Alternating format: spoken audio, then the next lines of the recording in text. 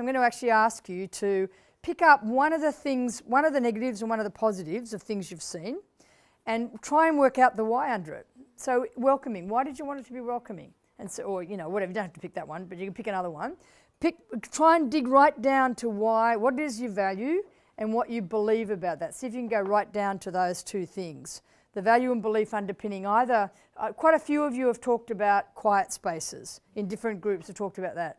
So why do you want quiet spaces? I mean, in other words, I'm not saying you shouldn't want them, but I want you to be able to take it right back down to why do you want that?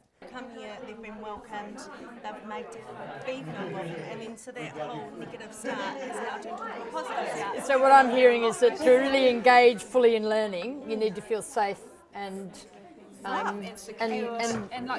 safe, secure, and that you belong. And valued, I guess. And valued. Valued as an individual. Part of a You group. being there matters.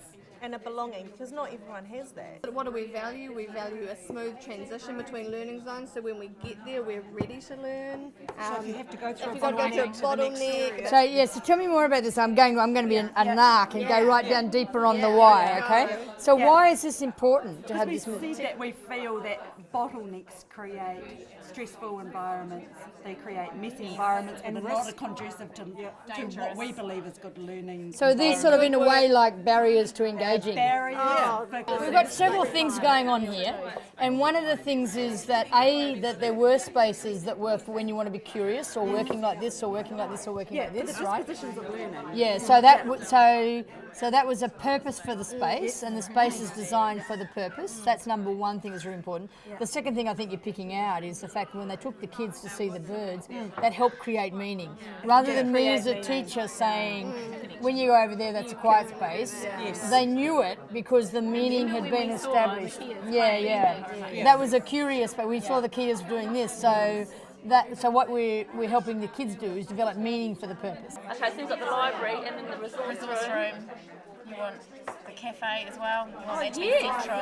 Typically, so people can sit in with their coffee outside it. And the office probably needs to be here too, so you're all connected. And the other thing I would suggest here is actually part of educating these kids is educating their aesthetic imagination. If I'm in a space that has really good aesthetics, sort of qualities, then I'm learning about that. Does that make sense?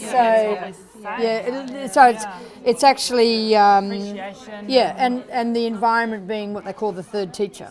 It's teaching you through the experience of that environment.